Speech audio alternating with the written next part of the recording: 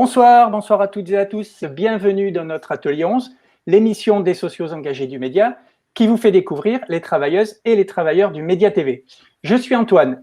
Au-dessus de moi ici, je ne me suis pas trompé, il y a Serge Victor. Salut Serge, Salut. tu vas bien? Très bien, et toi? Ça va bien, merci. Dans le chat, il y a Michel. Et ici, notre invité d'aujourd'hui, c'est Fabrice Barnatan, alias le stagiaire. Salut Fabrice.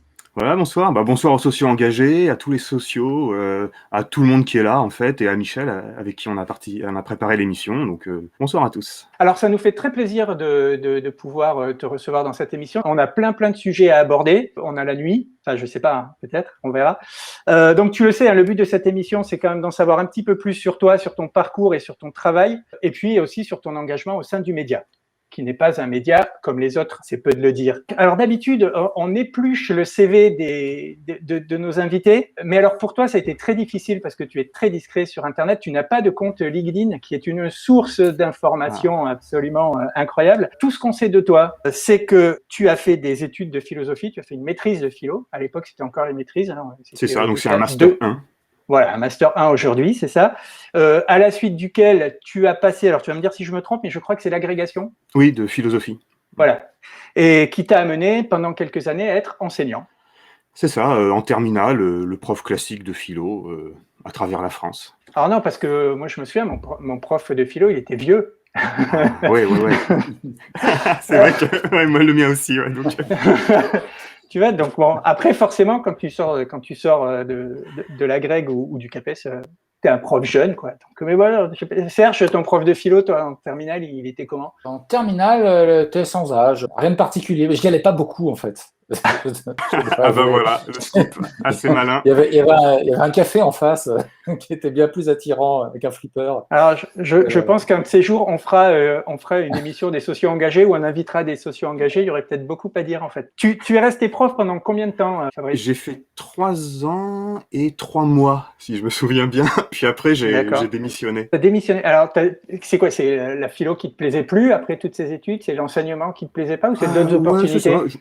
Non, en fait, j'y trouvais pas ma place, vraiment. Ça, à la fois, ça m'intéressait beaucoup, mais je sais pas si on peut parler de burn-out, mais plutôt de bore-out, vraiment un peu de espèce de fatigue, quelque chose que je m'y sens pas à ma place, en fait. J'adore la philosophie, j'aime plutôt bien enseigner, j'aime beaucoup la didactique, la pédagogie, vraiment la vulgarisation aussi, mais je sais pas, il y a quelque chose qui me tentait pas de rester très longtemps là-dedans, donc je me suis dit je vais pas continuer. D'accord. Et du coup, tu as choisi une autre voie. Est-ce que tout de suite tu t'es tourné vers la vidéo parce que ça commençait à se démocratiser un petit peu, ou tu as fait d'autres choses entre-temps, ou est-ce que en fait ce bore-out il est aussi dû à un attrait supérieur pour la vidéo, les formats YouTube, ou envie de t'exprimer d'une autre façon? Ouais, pas du tout en fait. À l'époque, je connaissais même pas. Ça devait être je sais pas moi, à la fin des années 2000, enfin début des années 2010. Je savais même pas que des YouTube, enfin déjà des YouTubeurs, il n'y en avait pas beaucoup à cette époque-là. Des YouTubeurs politiques, a fortiori, il y en avait vraiment pas beaucoup. Et en fait, je connaissais même pas. Moi, YouTube, j'utilisais ça comme jukebox, grosso modo, ou pour voir des vidéos de chats à peine, quoi, vraiment. Donc, non, en fait, je suis vraiment parti de là sans trop me poser de questions de ce que j'allais faire. J'ai été tenté un moment par refaire du droit, en fait, pour me lancer dans des carrières juridiques ou je ne sais quoi. Ça s'est pas passé comme ça parce que je suis parti à l'étranger, donc j'ai mis un terme à tout ça. Comme j'ai eu le temps un petit peu de me poser dans une période de chômage et tout ça, j'ai fait le point, j'ai réfléchi, comme on dit. Et c'est là que je me suis lancé. Enfin, du coup, à ce moment-là, je me suis mis à découvrir les vidéastes comiques, c'était surtout ça à l'époque. Mais ça commençait un peu à faire différentes vidéos culturelles. Il commençait à y avoir des youtubeurs un peu culturels, un peu politiques. Et en fait, j'ai été fasciné parce que je trouvais ça bien fait, intéressant, et je trouvais qu'il y avait quelque chose à y faire, et ça m'a vraiment tenté. Et puis alors, petit à petit, je m'y suis mis, j'ai acheté une caméra, j'ai essayé un peu, et puis bon, ça a commencé un petit peu à se développer, à marcher. Et donc là, je me suis vraiment dit, tiens, c'est intéressant. Mais à l'époque, en fait, on pensait pas du tout en termes de carrière professionnelle, choses comme ça. C'était vraiment... Je crois qu'à l'époque, ça rapportait même pas d'argent, juste avec la publicité YouTube. Il y avait même pas encore ces programmes-là. Donc c'était absolument pas, c'était vraiment un pur loisir hein, à l'époque. Et c'est après, petit à petit, qu'on s'est tous plus ou moins professionnalisés là-dedans. C'est la période où tu as découvert peut-être 2 youtubeurs parmi d'autres qui t'ont donné envie de faire ça. Usul, pour commencer, peut-être? Ouais. Alors en fait, le tout premier youtubeur que j'ai découvert, c'est le joueur du grenier. C'est Ouais. un pote qui m'avait envoyé ça. Ah, tiens, tu vas rire, regarde ça. Et en fait, j'avais jamais vu des formats comme ça. C'est-à-dire vraiment un format en fait qui est évidemment amateur, mais très bien fait quand même. Qui parle de choses. Moi, ça me parlait parce que il parle de rétro gaming, donc des vieux jeux qui me parlent. Ouais, parce on a le même âge hein, avec le joueur du grenier, je crois, grosso modo. Et donc ça me parlait beaucoup. Je trouvais ça vraiment cool. Et après, en fait, par lui. Parce qu'à l'époque, il n'y avait vraiment pas beaucoup de youtubeurs. J'avais découvert Usul qui faisait à l'époque le 3615 Usul sur jeuxvideo.com. Et là, il introduisait en fait là-dedans des petits trucs politiques, des petits trucs culturels et puis politiques. Et moi, je trouvais ça vraiment, vraiment cool. Quoi. Et je me suis dit, ben, il y a peut-être moyen de faire des choses pour le coup, soit orientées politiques, même si à l'époque, c'était pas vraiment exactement ce qui m'intéressait, on va en reparler plus tard, mais c'était. Par contre, je voulais bien introduire un peu de philosophie. Et à la même époque, il y avait Danny Caligula qui, lui, carrément faisait la vulgarisation en philosophie. C'était un des tout premiers, ce qu'on a appelé les youtubeurs culturels. Et donc, du coup, tout ça m'a inspiré, en fait, et je vais commencer à me lancer moi-même, à essayer des petits trucs, et puis jusqu'à faire une vraie vidéo en commençant comme avec tous les codes du YouTube game, comme on dit. Et alors, évidemment, on va pas pouvoir faire l'impasse sur le sujet de ton pseudonyme. C'est là que tu as choisi ton pseudonyme? En fait, c'est assez marrant parce que les pseudonymes, en fait, c'est des trucs qu'on traîne dans le tréfonds d'Internet. Alors moi, ça date, je sais pas, des jeux vidéo en ligne, enfin ce genre de truc.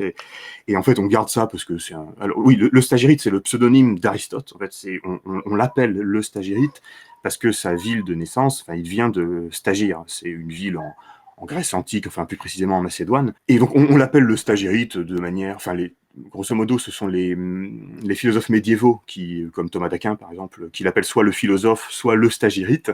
Et du coup, en général, c'est un peu par pédanterie. Hein, les philosophes, les profs de philo, etc., disent le stagirite pour Aristote, alors qu'en fait, bon, Aristote. Et donc, j'avais pris ce pseudonyme pour des jeux vidéo, différents forums, etc. Et après, on le garde en devenant comme ça, en faisant un peu de vidéos YouTube. Et en fait, on ne s'attend pas à ce que d'un seul coup, des milliers de personnes regardent et on se trouve du coup embarqué avec un pseudonyme comme ça. Bon, pourquoi pas quoi. Après, on le garde parce que voilà. Ça veut dire que si tu pouvais repartir en arrière, tu changerais de pseudonyme ou finalement tu garderais celui-ci? Ouais, peut-être. Peut-être que je changerai un jour pour rendre la trace Google à ce pauvre stagirite. Parce que maintenant, quand on regarde sur Google, quand on regarde le stagirite, on tombe sur ma trombine et même plus sur ce pauvre Aristote. Donc je commence à lui faire de l'ombre. Alors, je te confirme. Alors, pour la parenthèse culturelle, Stagyr, donc ta Stagyra en grec moderne, est une ville qui n'existe plus. Elle a été détruite dans l'Antiquité. Bon, on va pas faire le truc, hein, mais je vais faire le gars qui a trouvé la page Wikipédia. Elle a été détruite en moins 348 par Philippe II de Macédoine et elle a été en partie reconstruite quelques années après par Philippe II de Macédoine. Pourquoi? Parce que Aristote était le précepteur du fils de Philippe II de Macédoine qui s'appelait Alexandre le Grand. Voilà. Et qui jouait un peu trop aux jeux vidéo quand même, Alexandre le Grand. Ah oui. Bah ouais. Il devait jouer à Age of Empires ou un truc comme ça. C'est la ça. Civilisation.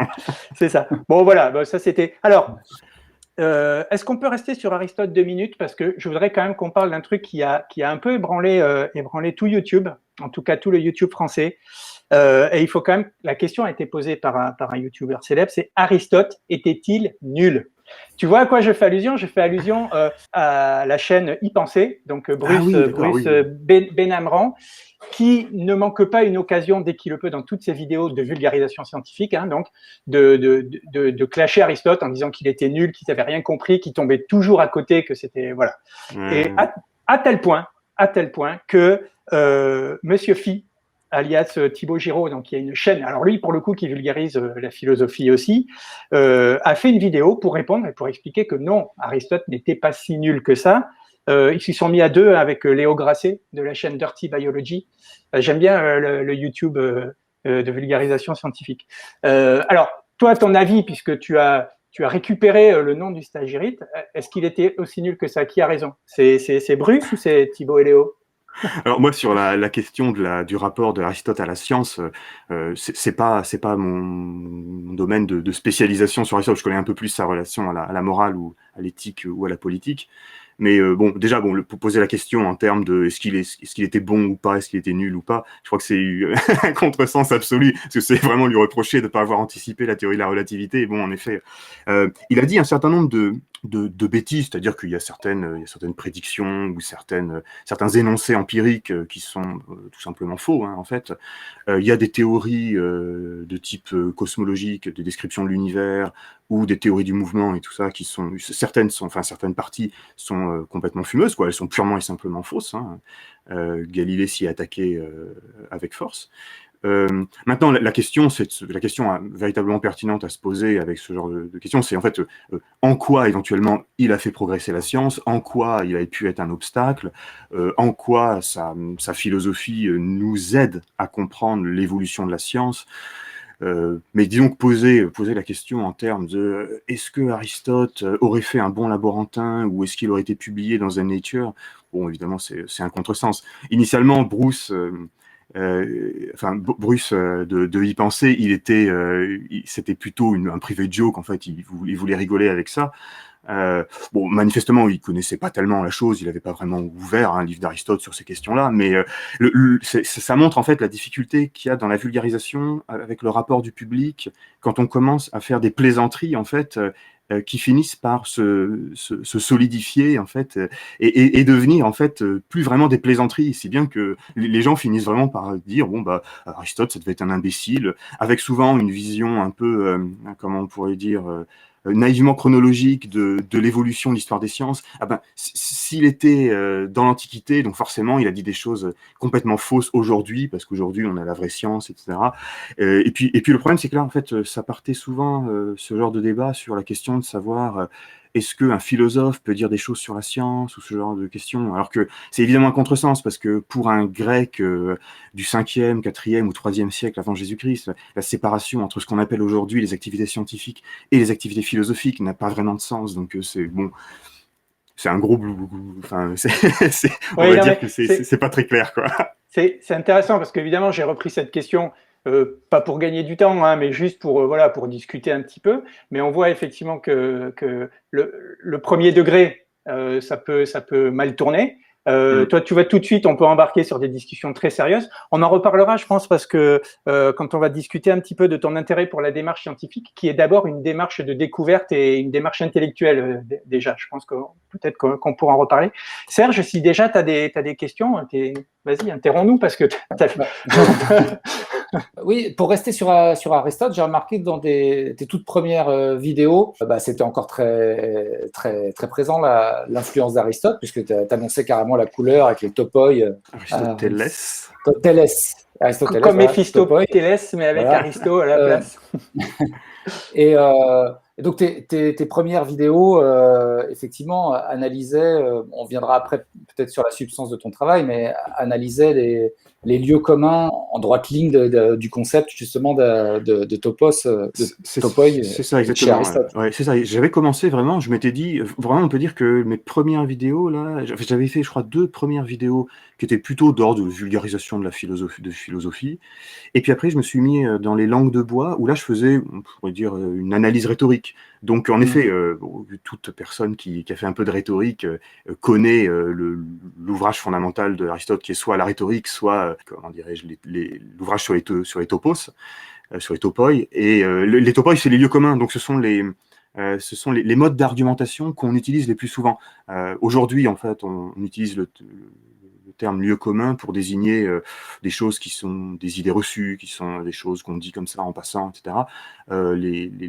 Le topos ou un topos ou des topoi dans les topiques d'Aristote, c'est ça, comme ça que s'appelle le bouquin d'Aristote, les topiques, c'est vraiment les lieux, on appelait ça des lieux, des lieux argumentatifs, des lieux rhétoriques, tout simplement parce que les grands rhétoriciens ou les grands hommes politiques ou les grands avocats essayaient de se représenter mentalement leur plaidoirie ou leur discours politique Et donc, essayer vraiment de le représenter physiquement, localement. Et donc, il parlait de lieux pour dire des lieux auxquels ils revenaient. Ils essayaient de se représenter. Un autre grand rhétoricien, je crois que c'est un latin, je ne sais plus lequel, parle même de ses plaidoiries ou de ses discours comme d'une maison dans laquelle il rentre. Donc il pense à des lieux, alors à la cuisine, je vais parler de ça, etc. Parce qu'il fallait vraiment tenir longtemps. Et donc on utilisait des lieux, c'est ça, des lieux communs, c'est-à-dire des endroits par lesquels on revenait tout le temps. Alors, c'est intéressant parce que c'est une technique de mémorisation qui existe encore aujourd'hui, qui est très pratique. Je pense qu'en pédagogie, c'est toujours bien de raccrocher une idée, un concept à quelque chose dont on peut se souvenir plus facilement, à un objet ou un lieu. Je pense par exemple, qui c'est qui a expliqué très bien tout ça, c'est Fabien Olicard sur sa chaîne. Fabien Olicard, pour ceux qui connaissent pas, c'est un mentaliste et il explique justement il donne des exemples, comment pouvoir mémoriser très facilement des concepts et se souvenir de choses, au moins sur la mémoire à court terme et puis après, pourquoi pas sur la mémoire à long terme. Donc, ils avaient déjà inventé cette technique de mémorisation. C'est ça, ouais, ce genre de technique psychologique était vraiment très très utilisé. D'autant que bon, à l'époque, il y avait un problème avec l'écrit, c'est on n'avait pas de notes, etc. Donc il fallait tenir vraiment longtemps devant une assemblée, sous le soleil, c'était pas rien. Et donc on réfléchissait comme ça en termes de lieux. Et puis bon, les lieux qu'étudiait Aristote, ce sont vraiment des lieux logiques, c'est-à-dire des manières de s'exprimer, des manières logiques d'argumenter qui reviennent tout le temps. Par exemple, je dis quelque chose, je vais tout de suite essayer d'embrayer sur les conséquences de ce que les conséquences logiques ou politiques de ce que je viens de dire, ce genre de choses. Et donc, on sait par exemple que quand un tel a dit ça, je sais que j'ai 3 manières de lui répondre. Enfin, c'est ce genre de choses, ce genre de stratégie rhétorique, on pourrait dire. Là, on aborde le fond sérieux de ton travail, mais d'emblée, dans tes premières vidéos, ce qui m'a frappé aussi, c'est que à côté de la référence à Aristote et du côté philosophique, ça commence tout de suite quand même par un gros sketch avec une parodie d'Orange Mécanique, quoi. Ta première apparition...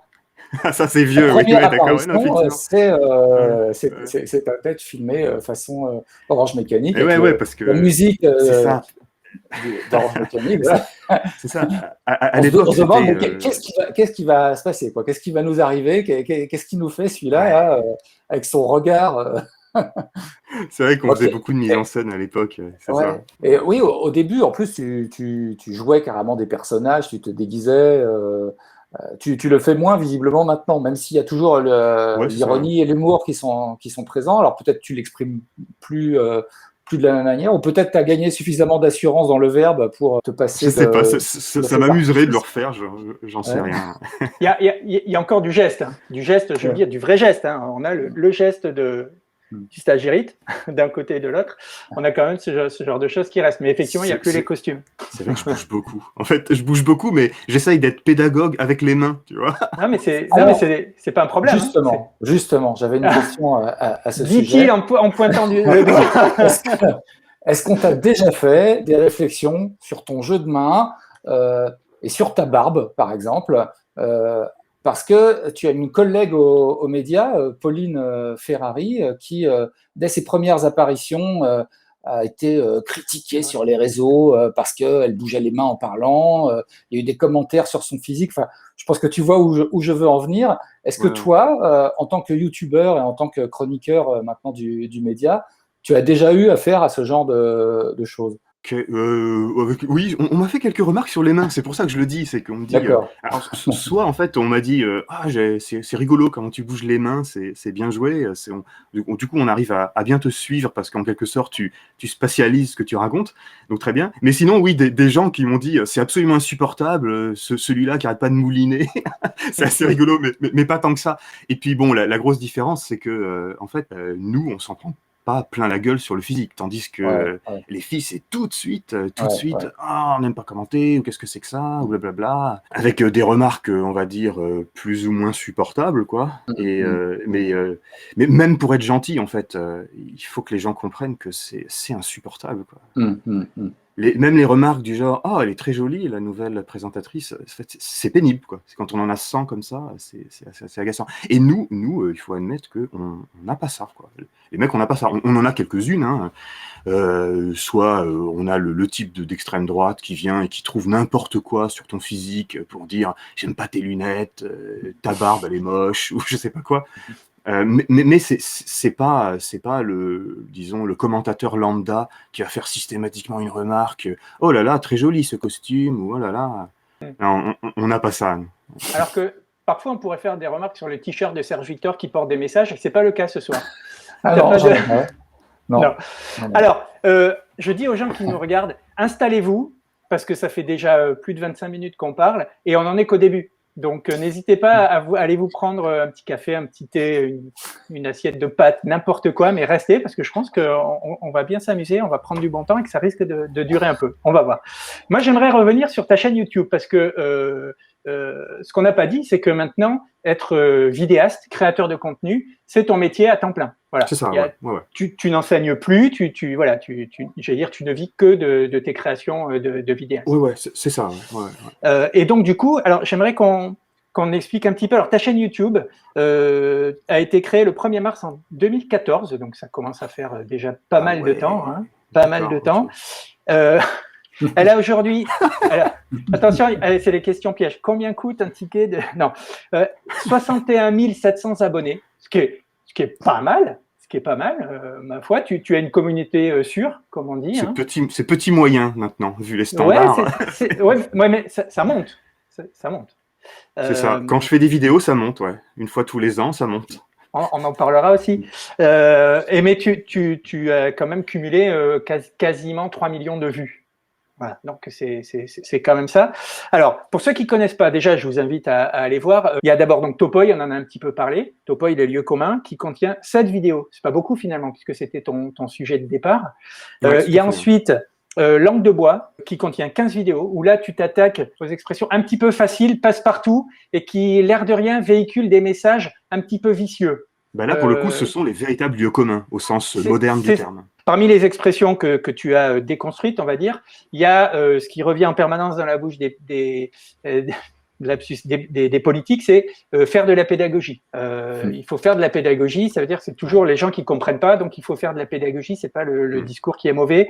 Les réformes nécessaires, le très célèbre être pris en otage. Bon, je les ai pas tous notés, hein, allez voir les vidéos, ça sera bien plus intéressant.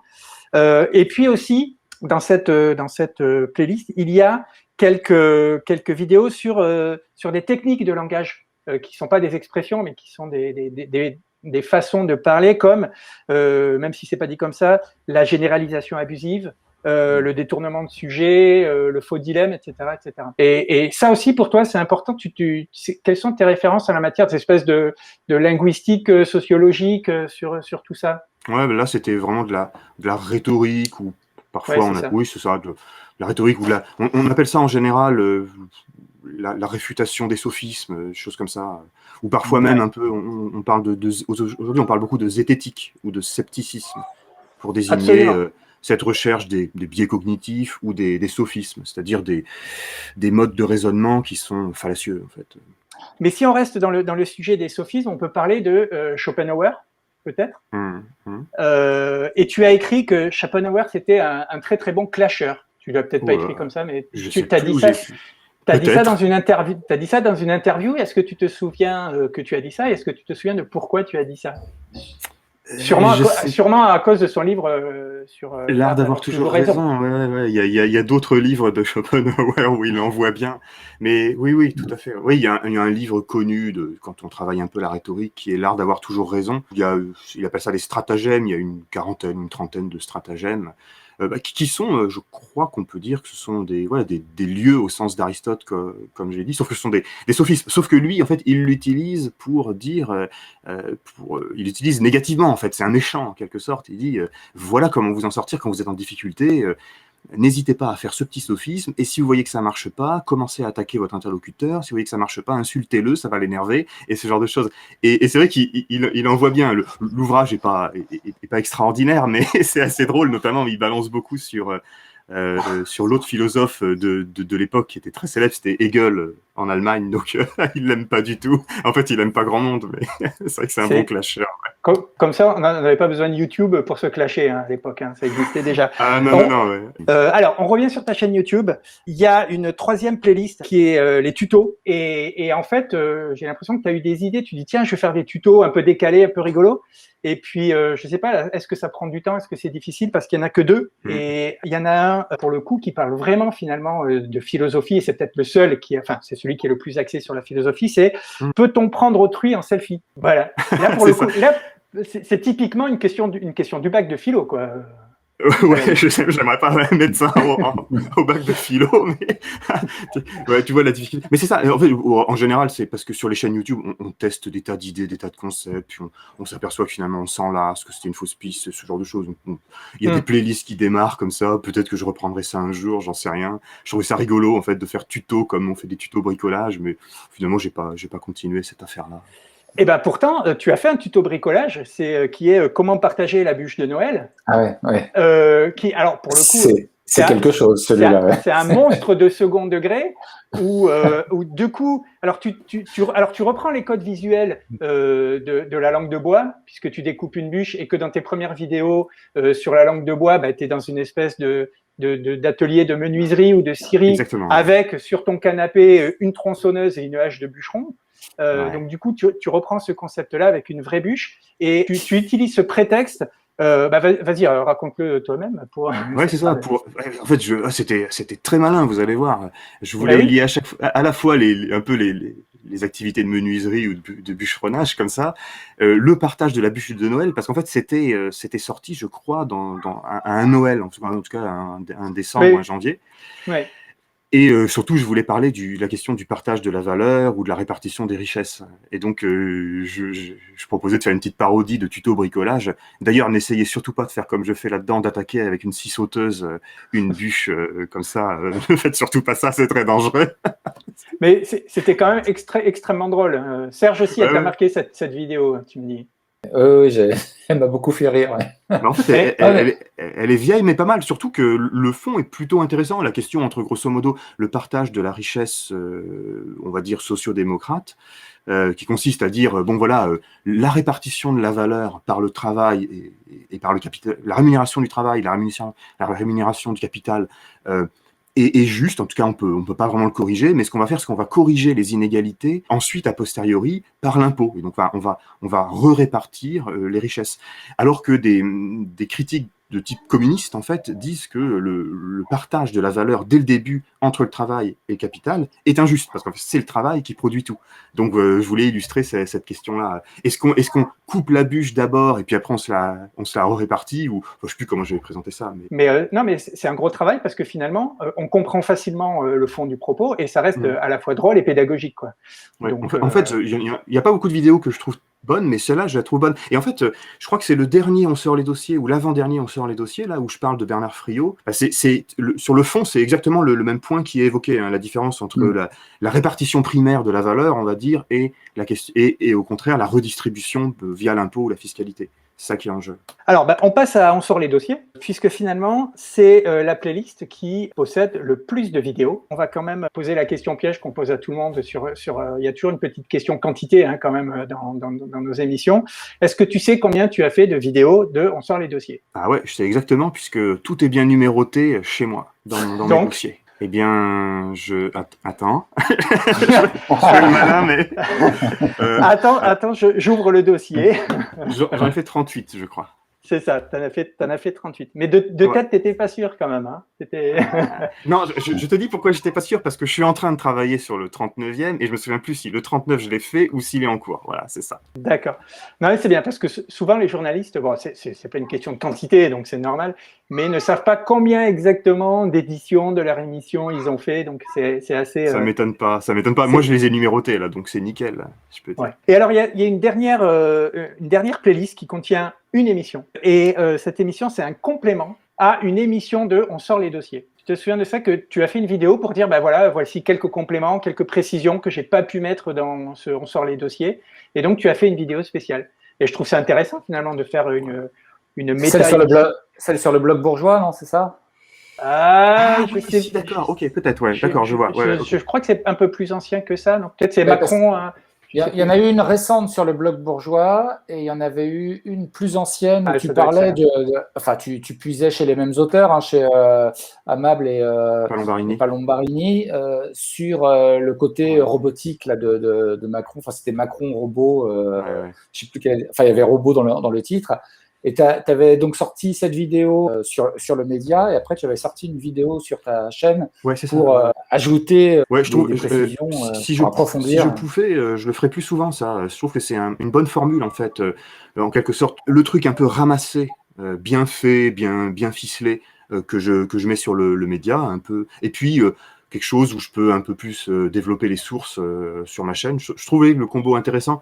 Ça demande un peu plus de travail, mais Ok, alors on a fait le tour de la chaîne, hein. Serge, je ne sais pas si tu veux continuer, si tu as d'autres questions sur le travail de Fabrice avant d'en arriver aux médias. Alors oui, sur son travail en général, que ce soit pour le média ou sur ta chaîne propre, il y a ton talent, on va dire, oratoire, dont tu nous gratifies aujourd'hui même, qu'on retrouve sur ton travail, mais il n'y a pas que ça dans tes vidéos, il y a aussi tout un montage d'extraits vidéo, toute une mise en scène des fois de toi-même, un jeu d'acteur même, avec tes mains, on disait tout à l'heure, mais dans les mimiques, dans les regards. Tout ça, j'imagine, c'est un vrai travail. Alors, par exemple, sur l'aspect vidéo, est-ce que tu es seul à t'en occuper ou est-ce que tu as une aide? Enfin, est-ce qu'il y a quelqu'un qui filme? Le montage, est-ce que c'est toi qui le fais? ouais, je Comment fais ça tout. marche? Non, je fais tout, hein. J'écris, je réalise, je monte. J'aime bien, en fait. J'ai découvert ça vraiment, vraiment sur le tas, quoi. Vraiment, je connaissais pas du tout ce monde-là, le montage, la vidéo. J'ai dû tout apprendre, le son, la lumière et tout ça. En fait, j'ai découvert rapidement qu'on pouvait dire énormément de choses par le montage. En fait, vraiment, c'est que le montage, c'est pas seulement quelque chose qui vient après pour essayer de bien présenter les choses. Moi, j'essaie de penser vraiment au moment, enfin, je le pense au moment de l'écriture, vraiment et pour moi, c'est un élément narratif en soi, le montage, qui permet soit de ne pas dire des choses, de ne pas verbaliser des choses, parce qu'en fait, elles sont dans le montage, soit de mettre un extrait, par exemple, quelqu'un qui va dire quelque chose à ma place, etc. Mais ça permet de dire beaucoup de choses. Par exemple, ça permet de faire passer une certaine ironie des fois, ou typiquement pour les langues de bois, ça permet notamment de faire voir le caractère répétitif de certains lieux communs qui sont répétés à l'envi dans les médias ou par le personnel politique. Et là, il y a quelque chose de plus du format vidéo avec le montage que simplement si j'écrivais un texte ou si je faisais juste un face-cam où je parlais tout sans montage. Et puis j'aime bien en fait, je trouve que ça, j'aime bien le rendu, j'aime bien les youtubeurs qui font un beau travail de montage, je trouve ça très impressionnant et c'est vraiment stylé comme on dit. Et pour arriver à ça, il faut que tu te tapes des kilomètres de connards à la télé, non? C'est Ah, si tu savais, si tu savais. dur. Ouais, c'est, ouais, bon, je le fais un peu moins parce que ça demande quand même, c'est long en fait, c'est vraiment long de regarder.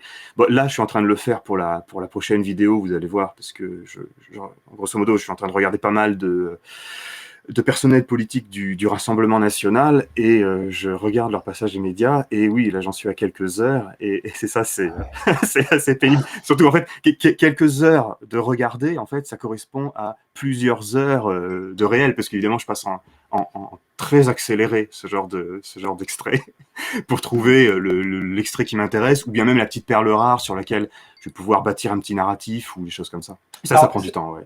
pour une autre petite anecdote historique, vous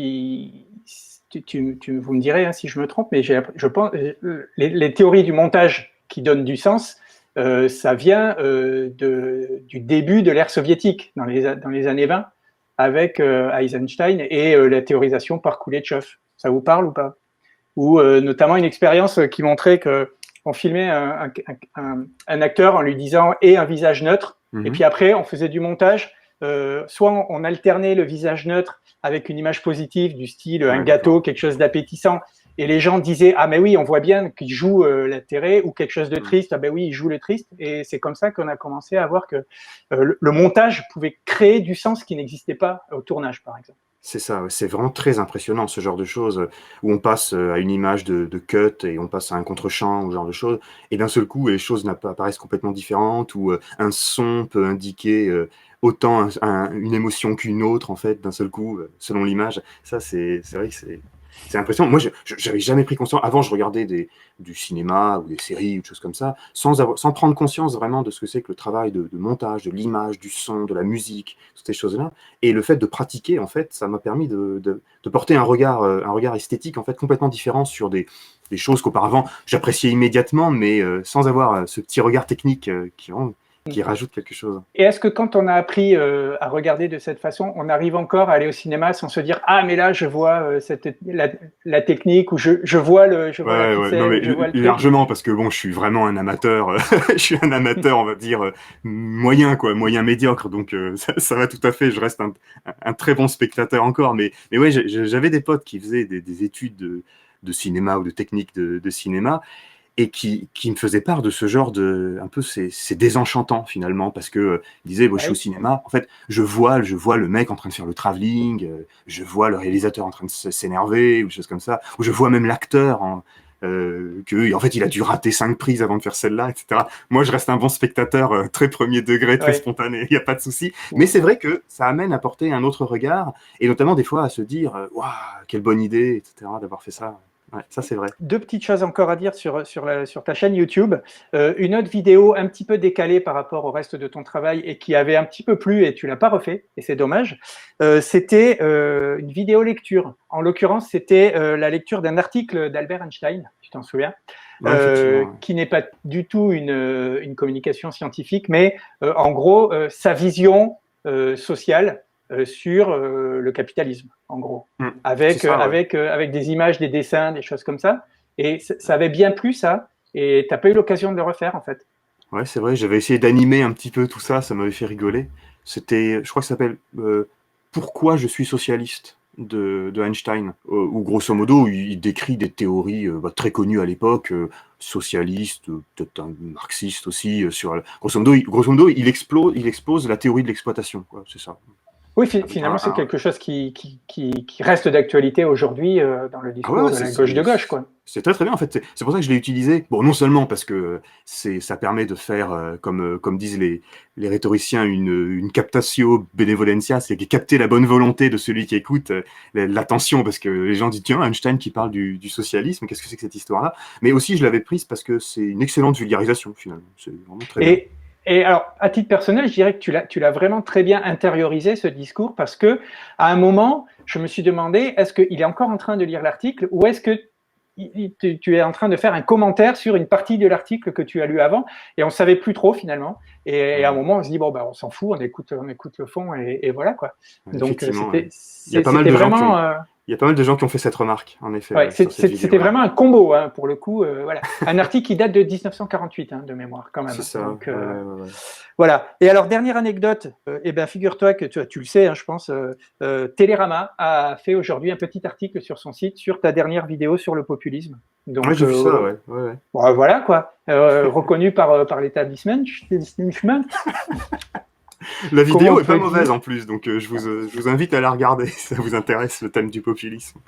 Alors, de qui on parle quand on dit le gaillard? Ça, c'est quelque chose que j'ai lu dans un article. Le gaillard propose au programme de débusquer les facilités du langage de la sphère politico-médiatique à grand renfort de concepts philosophiques, entre autres, pour livrer en quelque sorte une grammaire pour tous visant à comprendre la malhonnêteté langagière qui nous vrille trop souvent les oreilles. Voilà, c'est un portrait qui a été fait de toi. C'est bien écrit. Ouais, c'est ça, c'est exactement ça. C'était sur le site Le Cri du Troll. Je crois que je me souviens. Voilà, qui t'avait interviewé à l'époque. Il y avait ce petit texte, et puis après, il y avait une interview de toi. Bon, donc on va parler maintenant avec Fabrice, donc le stagiaire, de son arrivée aux médias, plus précisément. On a déjà un petit peu parlé de son émission, donc On sort les dossiers, mais est-ce qu'on pourrait voir un petit peu comment tu connaissais toi déjà le média au départ, et puis comment tu as été approché, ou est-ce que c'est toi qui as proposé, je ne sais pas, et comment tu es arrivé dans cette maison. Donc moi, je suivre l'aventure du média depuis vraiment le début, la création. Je crois que j'avais fait même une petite vidéo de pub au tout début, dans la toute première émission de lancement, je crois, dans la soirée de lancement. J'ai tout le temps regardé en fait les émissions du média, vraiment beaucoup, hein, à toutes les périodes. Et puis donc j'ai commencé à travailler avec eux, ça doit être en septembre ou à la rentrée, quelque chose comme ça, 2019, je pense. On a commencé donc, sur les dossiers à ce moment-là. À l'été 2019, Ah oui, juillet, je tout à crois. fait, Tu as fait une exactement. première Ouais, ouais, c'est ça. émission. En fait, on avait Ouais, discuté ouais. à l'époque. Il y avait Lucas, il y avait Mathias, il y avait Théophile qui était venu me proposer en fait de discuter, voir si on pouvait faire un format, choses comme ça. On a discuté, on a essayé de mettre en place quelque chose et j'ai proposé quelque chose. On a d'abord tourné un premier pilote, c'était sur le SNU, là, Oui. le service Ouais. national universel, quelque chose comme ça. Mm. Donc ça devait être juillet ou juin 2019, quelque chose comme ça. Juillet, Ouais, ouais, je j'avais crois. proposé Ouais. un pilote très très punchy, très très youtubeur en fait finalement. Et j'ai pas exactement gardé ce format-là après. Je suis allé sur quelque chose de plus calme, plus classique. À partir de la rentrée, c'est ça, 2019, c'est ça, la chronologie. Il me semble que c'est ça. Donc c'est la deuxième saison là. Je suis en train de finir la deuxième saison de On sort les dossiers. Ouais. Le générique un petit peu rétro, années 80, c'est ton idée Oui, c'est ou ça, ouais, ouais, ouais. c'est venu C'est déjà de... ringard, en Ouais, c'est fait, parce ça. qu'il y a 2 ou 3 ans, c'était la mode chez tous les youtubeurs d'aller comme ça sur le rétro, avec de la musique rétro wave, le style VHS, etc., années 80. C'est déjà ringard, en fait, mais j'aime bien, et les gens adorent, adorent le morceau, en fait, qui est utilisé pour le générique, donc je le garde, c'est super, quoi.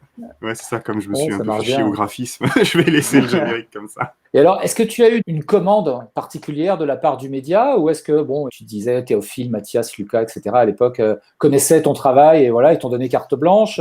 Comment ça s'est Ouais, passé c'est en une fait? discussion, c'est vraiment un échange. Donc évidemment, s'ils font appel à moi, c'est que vraisemblablement ils veulent que je fasse quelque chose qui est en rapport avec ce que je faisais habituellement, mais essayer de faire un mix entre eux, ce qu'ils voudraient. On était parti un peu sur une revue de presse en fait, plus qu'un seul thème. Et même si on regarde le tout premier pilote là sur le SNU, en fait, je m'étais dit, je vais faire un sujet principal.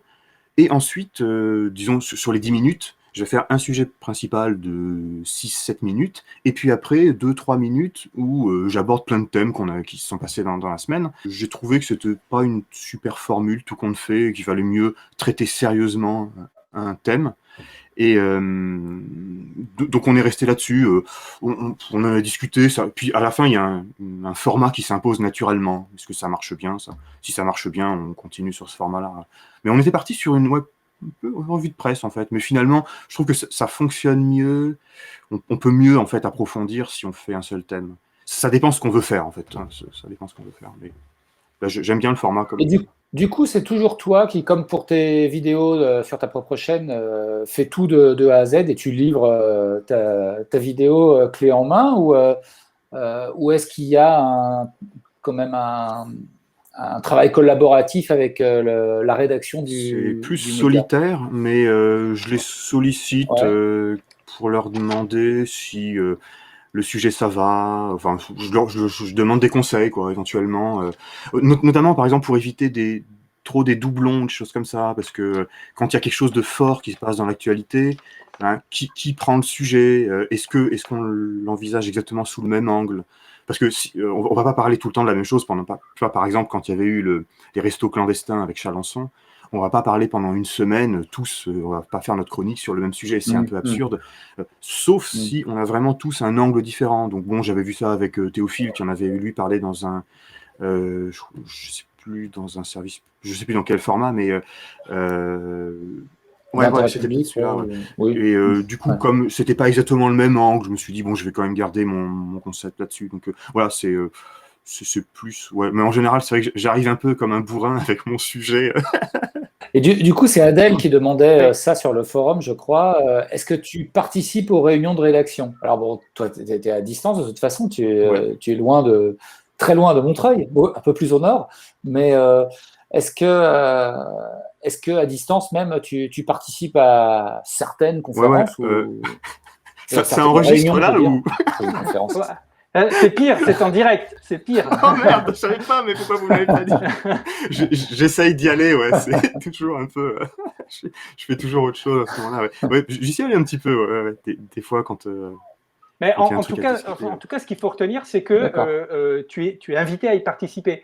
On Ah pourrait oui, se oui, bien dire, sûr, oui, oui, on oui. pourrait se dire finalement, bon, ben, c'est un chroniqueur, il fait pas exactement partie de l'équipe, il vient jamais sur place, je suppose. Donc, bon, ben, il nous livre sa chronique et puis voilà quoi. Or, on a déjà remarqué, même avec les journalistes pigistes, et tout le monde est associé. À chaque fois, on redécouvre que effectivement, le média est vraiment différent des autres médias parce qu'il implique vraiment l'ensemble des travailleurs, quoi. Ah, tout à fait, ouais, c'est ça. Si j'y vais pas, c'est parce que c'est de mon fait, hein, vraiment. Ouais. Je suis Mm. associé. Si j'ai quelque chose à dire d'intéressant, on le prend en compte et tout ça. Il n'y a pas de. C'est très collaboratif, hein, de ce point de vue-là. Ça, c'est Et clair. est-ce que tu es socio toi-même? Et Ouais, tout à fait. est-ce que en tant que travailleur du média, tu es invité aussi à participer, alors je ne sais pas s'il y a des réunions, si c'est formel ou quoi, sur l'organisation de la SIC elle-même, sur l'organisation du travail aux médias, sur ce genre de choses, au-delà de la conférence de rédaction qui est vraiment une discussion sur les sujets qui vont être traités. Bah là, pour le coup, non, j'ai pas du tout participé aux travaux de préparation. Et puis, j'ai pas pris de part là et tout ça. Donc, je suis pas du tout là-dedans. Pour l'instant, je sais pas très bien ce que je vais faire, mais je suis socio de base, on va dire. D'accord. C'est-à-dire que tu n'as pas pris de part, c'est-à-dire que tu n'as pas converti ta première mensualité après le truc, voilà, t'as pas fait cette démarche-là pour être sociétaire. C'est Bon, ça. ça viendra, ça prend 5 minutes. Il suffit de le faire une fois. Et Ok, Serge. après, ça engage un peu, quoi, tu vois. Donc, faut voir ça, Bon, quoi. d'accord.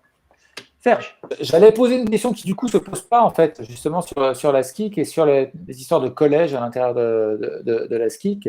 Comment tu pourrais te positionner toi en tant que partenaire ou simple socio? Mais du coup, si tu as pas pris de Hmm. part, pour le moment, la question se pose pas. Tu es Ouais. abonné quoi, en plus Ouais, d'être c'est ça. Ouais. Ouais. prestataire. Ouais, donc pour Mais l'instant, ces affaires de ok. collège ou de Et donc, démocratie interne, ouais, enfin, j'ai regardé parce que je trouve ça intéressant, mais ouais. bon, j'ai pas du tout participé aux travaux là. Et est-ce que tu vas de temps en temps sur le forum voir ce qui se dit principalement entre sociaux, mais un petit peu aussi Mm. entre travailleurs, ou Ouais, pas du tout? là, j'y suis allé. Enfin, je poste presque pas du tout. En plus, j'arrive pas à modifier mon avatar là, mais mes amis, j'ai des problèmes techniques, donc je sais pas Alors, quoi faire. sur les avatars, on a tous le même problème technique. Pour l'instant, ça ne marche Ah, plus depuis longtemps. Pour poster les images, c'est très compliqué aussi. ok.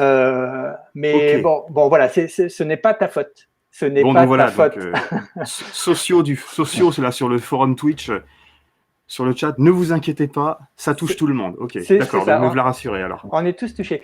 Sur le contenu pour le coup, de tes émissions médias, tu as dit ni militant ni partisan, mais engagé. Ouais, Tu ouais, t'es c'est ça. défini un petit peu comme ça. Bah, ça me Donc paraît être une bonne définition. Ouais. C'est moi qui ai dit ça? c'est toi. Ah bah c'est excellent. C'est vraiment excellent.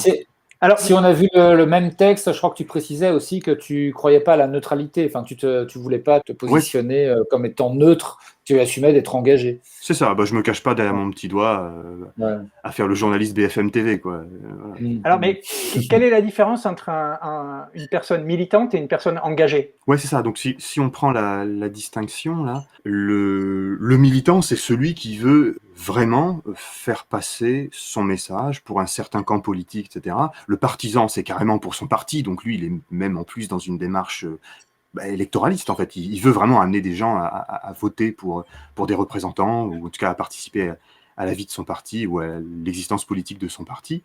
Être engagé, en revanche, c'est un peu différent. C'est-à-dire que je prends des options idéologiques, je ne m'en cache pas, je les assume, je les explicite si possible, parce que pour éviter d'être manipulateur, il faut les expliciter, mais mes options idéologiques sont évidemment situées sur le spectre politique, et je peux en faire une description à qui veut bien l'entendre. Elle est honnête, sincère, peut-être pas absolument complète, parce qu'on ne peut jamais faire son auto-analyse parfaite, mais en tout cas, j'ai pas de mal à me situer, ou en tout cas j'essaye de le faire autant que faire se peut, mais c'est pas militant au sens où je suis pas là pour je sais pas convaincre les gens d'agir de telle manière ou d'adopter à tout prix telles idées, mais en revanche je suis là, enfin, j'essaye de montrer la pertinence par des arguments de telles idées, et c'est pour ça que j'appelle ça être engagé. C'est-à-dire, on pourrait définir ça négativement en disant que être engagé, c'est ne pas jouer la fausse neutralité. C'est peut-être ça, ouais. Parce que les journalistes BFM sont engagés, et peut-être même parfois militants. des éditorialistes, des journalistes politiques, pour moi, sont carrément des militants. Peut-être pas des. Enfin, il y en a qui sont carrément des partisans, vraiment, parce que, de toute évidence, ils défendent un parti, donc qui est très souvent LREM, hein, en l'occurrence, mais la plupart sont vraiment militants, c'est-à-dire qu'ils sont là en train de vraiment de rouler pour un camp politique, qui n'est pas forcément un parti précis, mais en tout cas un camp politique, des idées libérales, par exemple, ou une certaine organisation de la société, mais ils ne l'assument pas, ils se disent neutres, objectifs, etc. Moi, j'ai vraiment pas de mal à dire que j'essaie de donner des arguments, de prouver, en fait, de prouver ce que j'avance, mais j'ai pas une vision neutre de la société, quoi. J'ai une vision qui est vraiment, en fait, idéologisée en un sens simple, quoi. C'est-à-dire que j'applique une logique d'idées au champ social, parce que c'est comme ça qu'on peut, ce n'est que comme ça qu'on peut l'analyser, et être conscient qu'on l'analyse via certains biais, certains prismes. Et c'est ça que j'appelle être engagé, on va dire. Alors, de même que, par exemple, le média se dit engagé parce qu'il a mis dans un manifeste, en fait, certaines idées qui sont précises, qui sont localisables dans le spectre politique, et qui sont pas, par exemple, qui ne sont clairement pas à l'extrême droite, par exemple. Donc, même s'il n'est pas partisan ni militant, le média, il est engagé, quoi. Alors, tu as utilisé le terme prouver, et ça m'incite à aller sur le terrain de la rigueur, de la rigueur de la construction du discours, la rigueur de l'analyse des faits.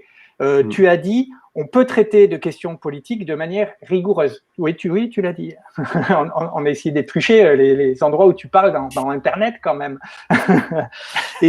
Et tu vas plus loin, puisque tu dis que tu souhaites suivre une certaine démarche scientifique, ce qui est plus loin. Enfin, voilà.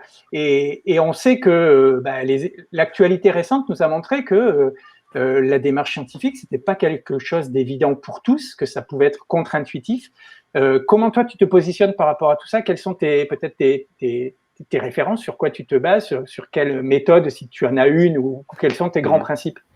Disons que aborder la question de la démarche scientifique, oui, démarche. En fait, on pourrait dire la chose suivante, c'est-à-dire que j'essaie de localiser ce qu'on appelle le politique ou la politique dans, on va dire, le champ des expériences humaines, le spectre des expériences humaines. Il y a les humains font des activités artistiques, scientifiques, ils parlent, ils mangent, ils font des activités qui sont biologiques, ils ont des activités sociales, familiales, amicales, etc. Et la question, c'est comment localiser la politique là-dedans, et surtout dans son rapport avec la vérité, parce qu'il est évident que la politique semble, disons, à la confluence de l'action et de la vérité, ou l'action et la connaissance. Et la question qui se pose depuis très longtemps, depuis au minimum les philosophes grecs de l'Antiquité, c'est quel est le rapport, en fait, au sein du politique ou de la politique entre la connaissance et l'art de la preuve, par exemple, et l'action. C'est-à-dire, on peut le dire tout simplement en précisant la chose, en disant que jusqu'à quel degré on peut prouver, démontrer, argumenter, justifier, là j'utilise un peu tous ces termes sans les distinguer, jusqu'à quel point on peut justifier que la proposition d'action qu'on a est correcte, est pertinente, et celle qu'il faut suivre. C'est ça qu'on se pose en politique. Donc, quelle est en fait quelle rigueur on peut avoir dans notre démarche politique lorsqu'on dit, par exemple, il faut faire ceci ou il faut faire cela? Est-ce qu'on peut prouver, c'est-à-dire, par exemple, dans un contexte démocratique, prouver aux autres qu'il faut faire ainsi? Et donc la question se pose évidemment de la relation entre la politique, les décisions politiques et même les décisions publiques d'un État, par exemple, et la science, ou l'art d'administrer la preuve dans le domaine de la connaissance empirique. C'est la question qui se pose. Donc voilà, abstraitement, ça donne ça, mais très concrètement, ça veut dire que est-ce que on peut avoir dans la politique, par exemple, je sais pas, la question de faut-il rembourser la dette publique, ou comment répartir les richesses, ou est-il juste de faire la guerre à tel pays, ou ce genre de choses. Est-ce qu'on peut avoir une démarche rigoureuse? Est-ce qu'on peut avancer des propositions aussi justifiées que que le type de justification qu'on peut obtenir ou qu'on peut proposer dans le domaine de la démarche scientifique? Alors, c'est là que naît le problème, quoi. Moi, je réponds non, c'est-à-dire que la politique n'est pas une science, mais on peut avoir, mais il ne s'ensuit pas pour autant qu'on ne peut pas injecter de la rationalité, c'est-à-dire que la démarche proprement politique ou la proposition de justifier nos actions c'est pas pour autant qu'on ne peut pas les justifier, avancer des raisons qui sont éventuellement partageables par d'autres, c'est-à-dire qu'on peut convaincre des gens, quoi. C'est pas la même chose c'est pas exactement la même démarche qu'on suit en science, parce qu'en science, on administre davantage de preuves empiriques, c'est-à-dire qu'on fait par exemple, on fait des expériences, on construit des modèles mathématiques, etc. C'est pas exactement ce genre de système de preuves qu'on peut avancer dans le domaine de la politique. Donc voilà, la question, c'est de situer la politique ou le politique dans le champ des expériences humaines. Est-ce que c'est une science avec vraiment toute la rigueur et la force persuasive des propositions qui y ont cours? Est-ce que c'est un art, c'est-à-dire des principes plutôt mous, plutôt flous, qu'il faut appliquer à chaque circonstance particulière? Est-ce que c'est du grand n'importe quoi, où on fait n'importe quoi, on peut dire n'importe quoi, parce que ce qui compte, en fait, c'est celui qui est le plus fort? C'est ça la question. Et moi, j'essaie de défendre l'idée que non, il y a une démarche argumentative propre au champ politique. Et donc, autrement dit, on peut avancer des raisons, on peut réfuter, etc. Oui, pardon, excuse-moi, je t'ai coupé. Finalement, il y a quand même une logique. On comprend que c'est peut-être ce que tu es en train de décrire, c'est exactement la différence entre un discours militant et un discours engagé. Mais ça revient aussi finalement à aller débusquer ce que tu fais dans tes vidéos personnelles, tout ce qui est sophisme, biais argumentatif, qui eux ont été prouvés ont été démontrés de façon plutôt rigoureuse, quoi. Sans parler. Si quelqu'un fait une erreur de logique, on peut le montrer, une généralisation abusive ou je ne sais quoi. Oui, ça se montre, quoi. Et il y a aussi les comportements sociaux qui ont été démontrés par la sociologie ou les études empiriques sur toutes les techniques de manipulation à base de langage, mais aussi à base de mouvements, de corporels, de choses comme ça. Je pense les techniques dont les noms sont toujours rigolos, la technique du pied dans la porte, la technique de ceci, la technique de cela. Finalement, ça reste quand même des choses qui sont étudiées dans le domaine scientifique, en sciences humaines, mais quand même avec une certaine rigueur d'analyse, quoi. Tout à fait. Donc là, on est plus dans la question du pouvoir, c'est-à-dire comment des gens qui ont le pouvoir ou qui aspirent à l'avoir peuvent persuader ou manipuler, je ne sais pas quel est le terme à employer. Il y a tout un champ scientifique, disons, de la sociologie, de la communication, des théories de la communication, de la psychologie sociale, etc., qui mettent en évidence comment certaines techniques de langage, certaines manières de se présenter, certaines techniques d'image permettent de persuader plus rapidement ou d'obtenir la persuasion. Ouais, tout à fait. Ouais. Donc là, il y a un apport des sciences sociales ou humaines qui peuvent nous aider dans le cadre, je ne sais pas comment on pourrait dire, mais d'une résistance par l'esprit critique ou d'autodéfense intellectuelle, comme on dit parfois, ce genre de choses. Justement, tu emploies des mots là qui sont de l'ordre non seulement de l'engagement, mais même de la guerre presque, hein, de la bataille. Est-ce qu'on n'est pas dans le cadre, enfin, ce que tu fais, ce que fait le média, est-ce que c'est pas de l'ordre d'une bataille culturelle contre justement une tendance de l'époque où on voit apparaître des mouvements démagogiques, des sophismes particulièrement dangereux, des pensées complètement délirantes, même qui s'imposent au plus grand nombre. Donc, est-ce que justement, on n'est pas ce que tu fais toi et ce que fait le média en général, est-ce que ça ne s'inscrit pas en fait dans la nécessité d'une bataille culturelle?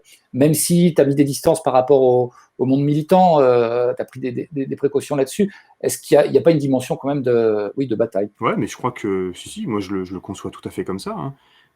C'est-à-dire bataille culturelle, c'est-à-dire, enfin, on pourrait dire ça un peu pompeusement, c'est la bataille contre l'ignorance et la manipulation, quoi, tout simplement. Je pense c'est vraiment ça, parce que il faut voir que nous on arrive quand même sur le champ médiatique d'Internet il y a 3-4 ans, c'est ça, hein, ça fait 3-4 ans d'existence.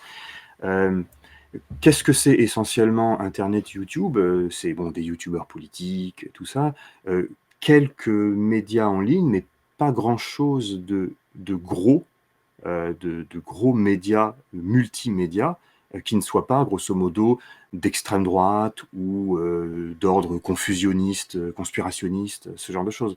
Et donc nous, de sorte qu'en quelque sorte, je conçois un peu, et c'est ce que fait le média, hein, je pense, il doit se battre sur deux fronts. pour utiliser cette métaphore polémologique, là, enfin, en tout cas, parler en termes guerriers. Et il doit se battre à la fois contre, je pourrais dire, l'espèce de vulgate un peu mainstream, gouvernementale, mais aussi des grands médias, qui est grosso modo, on va dire rapidement en disant que c'est la naturalisation du libéralisme ou la naturalisation du capitalisme. Bon voilà, c'est ça, on ne peut pas faire autrement, il faut rembourser les dettes. Bon voilà, c'est ça, on ne peut pas faire autrement, désolé, il faut baisser les charges, etc. Voilà. Et on ne peut pas faire autrement, il faut réélire Macron, sinon ce sera l'extrême droite, etc. Voilà, donc, tout ça. Donc, on a à se battre contre ça, mais on a aussi à se battre de manière plus locale et plus proche de nous, en fait, contre un certain nombre de lieux communs, en fait, qui ont fini par se sédimenter, par se solidifier sur Internet, dans nos sphères YouTube, là, qui sont d'ordre, je sais pas, moi, par exemple, une lecture, une critique du gouvernement qui serait purement conspirationniste. Macron fait ça parce que il a en fait, il a derrière lui George Soros qui lui impose d'imposer une dictature sanitaire, etc. Il veut nous manipuler grâce au masque parce que le grand reset, ceci, cela. Je sais pas. On a à la fois à se battre contre ça et contre les lieux communs du pouvoir, tout simplement. C'est très compliqué. Ça me fait penser, tu as fait une vidéo qui a beaucoup buzzé sur YouTube et qui a déchaîné les foudres de l'extrême droite complètement perchée. C'est la vidéo sur le QAnon qui a subi, alors ça se voit pas forcément, mais qui a subi, dès qu'elle a été en ligne, quasiment un raid sur YouTube pour avoir du déréférencement. Alors, en dehors des commentaires tout pourris qui font du coup remonter le référencement, mais bon, ça, il faut qu'ils comprennent, hein, mais avec plein de pouces en bas, comme on dit. Et est-ce qu'il y a eu, au-delà de YouTube, est-ce que toi, tu as j'imagine, reçu des messages? Est-ce que tu as été inondé? Est-ce que tu as subi d'autres attaques, entre guillemets? Ouais, en fait, c'est surtout contre moi aux médias. Mais en fait, j'en reçois pas tellement de manière... Enfin, pas tant que ça. Oh, il y a sans arrêt quelques farfelus qui veulent vous faire la pédagogie des QAnon et du grand mouvement hollywoodo, pédophile, pizzaiolo, Satano. International. Voilà, Satano et ça.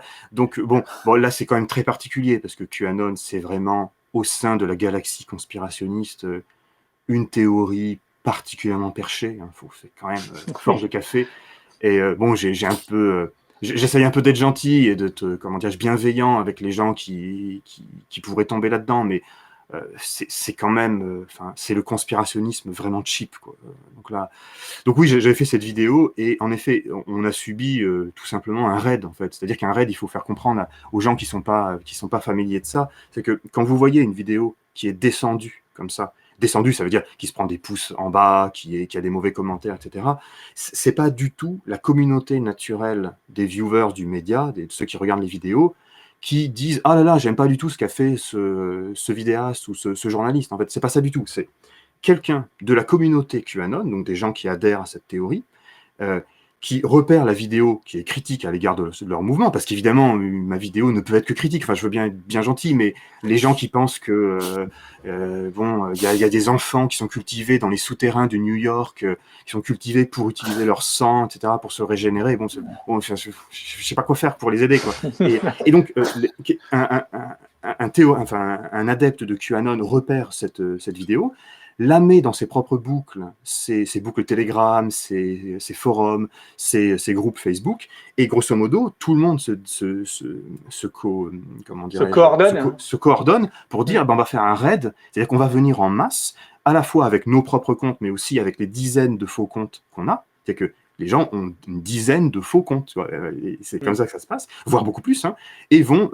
on appelle ça un mass dislike, c'est-à-dire qu'ils vont mettre des likes, des pouces en bas massifs, en fait, avec tous leurs faux comptes, et vont mettre sans avoir du tout, évidemment, regardé la vidéo, vont mettre des commentaires du type « c'est nul, ce type fait partie du complot, c'est évidemment un macroniste, etc. » Donc voilà, donc, il faut comprendre que la manipulation, en fait, elle vient du haut, du pouvoir, de la télévision mainstream, de la communication macroniste, qui utilise des youtubeurs comme McFly et Carlito, ou qui passent sur France 2, je ne sais quoi. Ça, c'est vrai. Mais la manipulation, c'est aussi, en quelque sorte, une manipulation d'en bas, quoi, par des mouvements beaucoup plus horizontaux, qui ne sont pas particulièrement au pouvoir, qui ont par contre des moyens, hein, parce qu'il ne faut pas s'imaginer que ces choses-là ne se font pas sans moyens, sans petite structure, ni sans argent. hein, parce que il y a certaines de ces communautés qui ont en fait plus d'argent que nous, par exemple, pour faire ce genre de choses. Et donc, bon voilà, donc grosso modo, ils vont faire des raids. Voilà. Donc, c'est ça. C'est pas du tout naturel, en fait. C'est de la manipulation et des stratégies de coordination, en fait, ce genre de choses. Et c'est organisé. C'est de la guerre. C'est de la guerre. On parlait de guerre tout à l'heure. C'est une technique de guerre. Ouais. Hein, rassembler très vite plein de gens pour faire un raid, pour vraiment aller attaquer une vidéo, un site, etc. Il y a Michel dans le chat qui nous fait un petit rappel. Donc, selon la théorie QAnon, le monde est dirigé par une cabale pédosataniste, des gens corrompus, extrêmement dangereux et puissants, des politiciens, principalement issus du Parti démocrate, tels les Clinton ou les Obama, des milliardaires comme George Soros ou Bill Gates, parce que quand même, on n'a pas cité Bill Gates, et il faut quand même lui rendre hommage de ce côté-là, avec ses vaccins et sa puce 5G. Hein. Donc, quel est le but de cette cabale ? C'est de boire du sang, de boire leur sang, ou d'abuser d'eux, alors on parle des enfants, hein, ou pour extraire de leur sang l'adrénochrome, qui serait une substance dont on peut tirer une drogue surpuissante, ou bien un élixir pour prolonger la vie des élites. Voilà, c'est quand même, en termes de perchage, on est quand même déjà sur du high level. Ouais, mais c'est toujours le problème.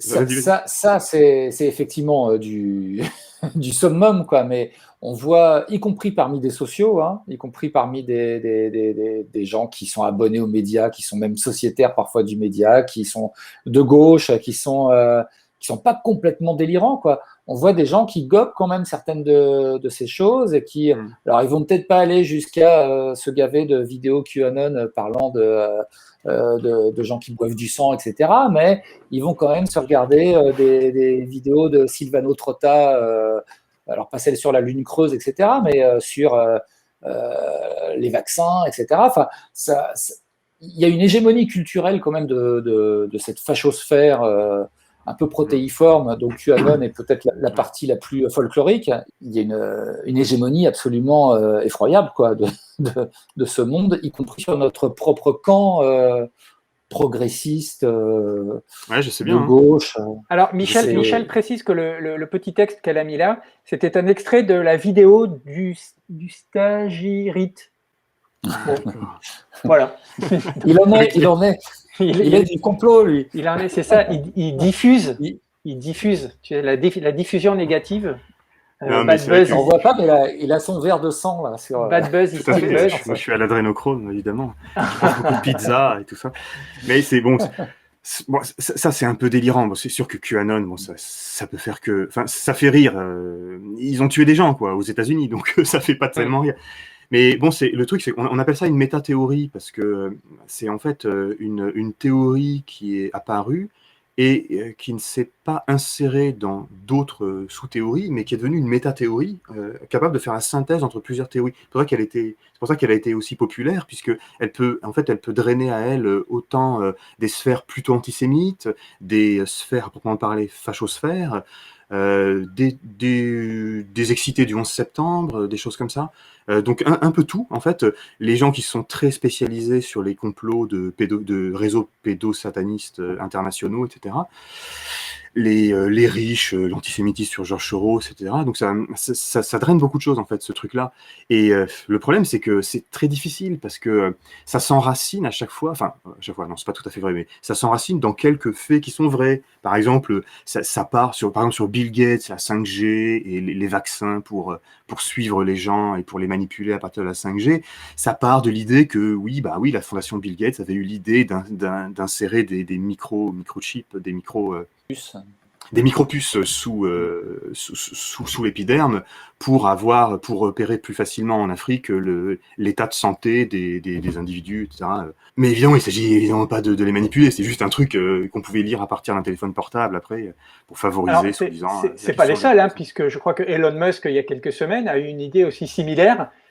Pour avoir sa vie numérique au lieu de l'avoir dans son téléphone, c'est l'avoir sous la peau, quoi, hein, pour pouvoir payer directement. Donc c'est pas le seul. Mais Elon Musk, il reste encore un peu sexy parce qu'il va dans l'espace. Ouais, c'est vrai. Ouais. Voilà. Et puis en fait, il est considéré dans certains secteurs de la fachosphère, comme chez les libertariens, comme un dieu absolu. Ouais. Voilà, Ouais, donc c'est ambivalent. Hein. Si on analyse un peu, on trouve exactement le contraire de ce qu'on a trouvé les 2 minutes avant, quoi. Donc, Et c'est pas la cohérence qui est leur problème, quoi. C'est pas vraiment une cohérence. non, c'est clair. Serge? Pour accréditer la thèse selon laquelle tu fais partie du grand complot, on l'évoquait hors live tout à l'heure, est-ce que tu peux nous expliquer ce que c'était que le test Viped? Ah oui. Ça, c'est un très très vieux truc. Je crois que ça parlera pas à grand monde. Qui prouve qu'il y a quand même un complot des youtubeurs à la base. Pour ça, il faut regarder une vieille émission du 3615 Usul, là, de Usul. C'était, en fait, ils avaient inventé une sorte de test des aptitudes de jeux vidéo, une capacité à mesurer, en fait, sa force en jeu vidéo, son habileté, etc., qui en fait n'existe évidemment absolument pas, mais ils avaient fait semblant qu'il y avait quelque chose qui existait comme ça. Je sais plus, je crois que c'était je sais plus quel était l'épisode. 36-15 vidéo qui est assez marrante. Et donc c'était assez rigolo, puisque toute la communauté des gens qui regardaient le 36-15 Usul, en fait, on savait plus trop à la fin si on s'était pris au jeu, si on y croyait vraiment à cette affaire-là, ou si on ironisait. Et puis il y avait des nouveaux qui croyaient vraiment que ça existait. Enfin, c'était assez drôle, là, ce genre de truc. Est-ce que tu as gardé des liens avec d'autres youtubeurs? Je sais qu'à un moment, vous étiez fédérés au moment de la lutte contre la loi travail avec On vaut mieux que ça. Est-ce que, bon, ça s'est pas forcément bien fini, mais est-ce que tu as gardé des liens avec d'autres youtubeurs? Est-ce que tu envisages peut-être des échanges ou des collaborations? Bah oui, on papote en général. Bon, moi, c'est-à-dire que je suis pas tellement, comment on pourrait dire, corporate, quoi. C'est-à-dire que en fait, je m'y suis fait des amis, en fait, dans le milieu, entre guillemets, des youtubeurs. J'ai des amis youtubeurs, mais ce sont vraiment des amis. C'est-à-dire que je discute avec d'autres youtubeurs, avec d'autres influenceurs au sens large, mais ça m'intéresse. Enfin, j'ai jamais été vraiment dans disons, faire du réseau, aller vraiment démarcher à droite à gauche, faire copain avec un peu tout le monde. Je vois si j'ai des atomes crochus avec certains, sinon non, ça m'intéresse pas plus que ça, quoi. Des projets de collab, non? Ça peut être sympa. Il y en a qui sont bien faites. Ah oui, tout à fait. Oui, c'est bon là. Le problème, c'est que oui, des collaborations virtuelles, parce que comme je suis pas en France, c'est un peu compliqué, quoi, de faire vraiment beaucoup de travaux ensemble. Ouais. Bon, tu collabores avec le média déjà. Oui, c'est ça, ouais. ouais, c'est ça. C'est un gros youtubeur. Quand on parle de collab, hein, c'est aller sur les vidéos des autres, inviter des gens sur ses propres vidéos, voilà, ce qui est un petit peu à la mode en ce moment. Et tu n'es pas, pour le coup, dans un network, ce qu'on appelle les networks, hein, c'est-à-dire ces espèces de... finalement, ce sont des sociétés qui prennent sous leurs ailes les youtubeurs, qui gèrent leur image, qui gèrent certains contrats, qui gèrent... toi, tu fais pas de pub, enfin, t'as pas de. Oui, très voilà. simplement, initialement, les networks, c'est simplement en fait ceux qui vont collecter de l'argent de la publicité pour soi. C'est quoi. ça. Donc, Ouais. c'est une sorte d'intermédiaire avant de proposer des services d'agents, etc. pour les très gros youtubeurs. Non, moi, j'y suis pas parce qu'en fait, dès le début, j'ai jamais monétisé mes vidéos sur YouTube. Vous savez qu'on peut activer des publicités dessus, c'est-à-dire que les publicités qui vont être diffusées sur YouTube, par YouTube, sur les vidéos, sur mes vidéos ou sur les vidéos le YouTuber peut toucher une partie de l'argent généré par la publicité. Un certain nombre de vues vaut tant de dollars, etc. Enfin, c'est un peu compliqué de calculer. La YouTube monnaie. Voilà, c'est ça, ouais. Non, j'ai jamais monétisé mes vidéos. Il y a un problème en fait, c'est que, enfin, on sait pas exactement. Vous savez que la question des algorithmes, comment ça marche, comment YouTube met davantage de visibilité sur telle ou telle vidéo, on ne sait pas exactement comment ça fonctionne. C'est un des problèmes numéro 1 pour les YouTubeurs qui veulent avoir de la visibilité. Et certains, on suppose, on aurait des demi-preuves, on ne sait pas, que le fait de monétiser ces vidéos font qu'elles sont montées par l'algorithme de YouTube. Parce que forcément, s'il peut mettre de la publicité dessus, il a envie de les faire voir. Des choses comme ça. Sinon, c'est l'utilité aussi de monétiser ces vidéos, c'est que ça peut protéger contre des strikes. C'est-à-dire que parfois, on utilise un extrait dans sa vidéo sur lequel, un extrait de média par exemple, ou de film, sur lequel on n'a pas tout à fait les droits, et le fait d'avoir monétisé la vidéo fait que les ayants droit peuvent directement réclamer l'argent générée par la publicité sur cette vidéo-là, au lieu de directement la dégager, la striker de YouTube. Bon, je sais, j'ai jamais trop pu vérifier si c'était vrai, toutes ces choses-là. Parce que moi, j'ai pas envie de mettre de publicité sur mes vidéos, donc j'ai jamais monétisé. Mais vous inquiétez pas, les choses sont très bien faites. C'est que désormais, depuis cet été, je crois, depuis J'allais non, le dire. à partir de juillet, en fait, YouTube va mettre de la publicité sur absolument toutes les vidéos, qu'on ait décidé de les monétiser ou pas. Donc, vous pouvez aller vous faire foutre, c'est pas grave. J'avais lu, mais ça reste à vérifier, que si tu étais partenaire YouTube, mais que tu ne monétisais pas tes vidéos, tu n'aurais pas de pub. Alors, bon, Ok. ça a peut-être changé, hein, parce que c'était lors de la première annonce de ce nouveau truc. Mais voilà, il y a peut-être quelque chose, parce que nous aussi, on risque peut-être de se faire publiciser nos zappings. Bah, Bon. ouais, bah voilà, ouais, c'est ça. Ouais. Voilà. Bon, Mais nous, on est trop petits pour être partenaire YouTube, donc de toute façon. ouais, d'accord. Et du coup, peut-être qu'ils mettent même pas de publicité parce que ça les intéresse pas de mettre de la publicité. Ouais. Ouais. Par exemple, Ah. le média rencontre ces problèmes. Et donc, même de strike et tout ça, c'est chiant. Ouais. Est-ce qu'on passe à la revue littéraire? Bon, je commence ou tu commences? Allez, je commence. Alors, un grand classique, je pense que tout le monde le connaît. Alors, hop, voilà. Chomsky, Herman, La fabrication du consentement. Le début de tout, peut-être? Ou, enfin, le début d'une prise en tout cas pour moi, le début d'une prise de conscience de ce que sont, de ce que peuvent être les médias.